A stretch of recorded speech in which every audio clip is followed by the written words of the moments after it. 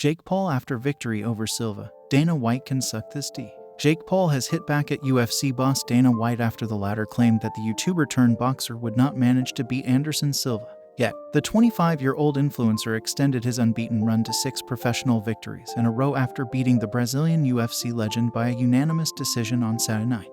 IFNG guarantee you this, you ain't gonna see Jake Paul calling Anderson Silva out, White said before the fight. That IFNG promise you. He's Jake's size and he's actually good. But he is old, which is what Jake likes, to fight old guys who are too small and that are absolutely positively washed up.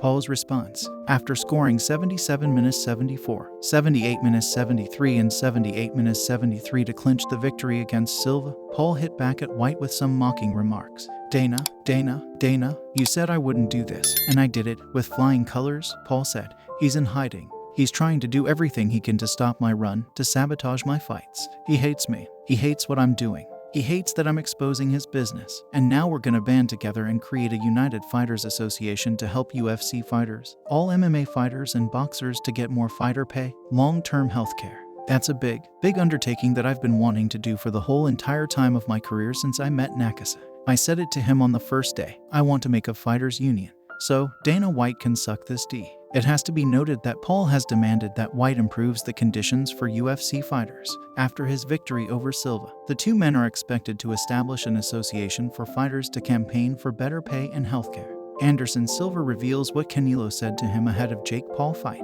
Anderson Silva has revealed the details of an interesting conversation he had with boxer Canelo Alvarez about his upcoming fight with Jake Paul. Silva is one of UFC's flagship fighters, and the Brazilian will face off against YouTuber Jake Paul in Arizona in around 3 weeks' time. Mexican boxer Alvarez decided to share some advice with Silva, given that he will be switching disciplines for the one-off event.